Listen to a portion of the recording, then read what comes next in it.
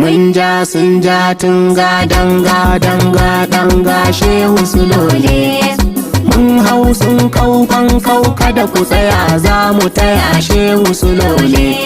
Ku kara faɗi shehu sulo, mamar zakiɗi shehu sulo, zuma da maɗi shehu sulo, za ka rike kai sanata shehu sulan dai. Aikin al'umma shi ka sani shehu sulole. Batun magana za mu faɗi kada a yi zaune.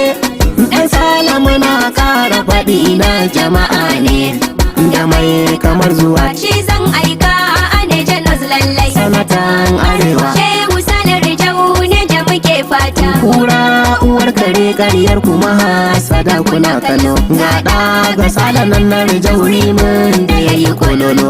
Hasken farin wata mai haske gari ga shehu ya bullo. Sanata a santaral yan neja ba sa bari su je kasuwa. Waza ya tada ikon Allah ɗa ga sala ya danno. Hadari ya rufe gabas dan baiwa shehu ya fi bonono. A dade anai da gaske ake hasken fitilar mu mun kunno. Waza ya kada giwa bare shan da ba za ya karyewa. Guguwa tana zuwa kowa sai yayyo ta kansa ta taso. Dan baiwar mu mai matasa ga na bari je babu wasa. Rijau garin musulunci su rijau garin adalci suna rikon sasanci. Honorable Salar Jau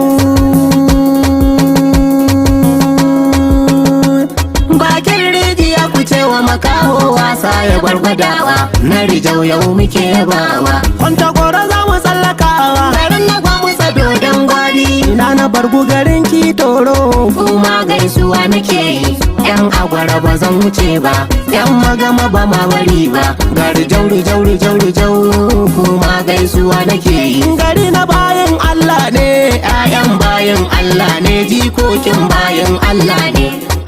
Mariga da gaisuwa ta, 'yan mashe da gaisuwa ta, kushishi gaisuwa muke yi.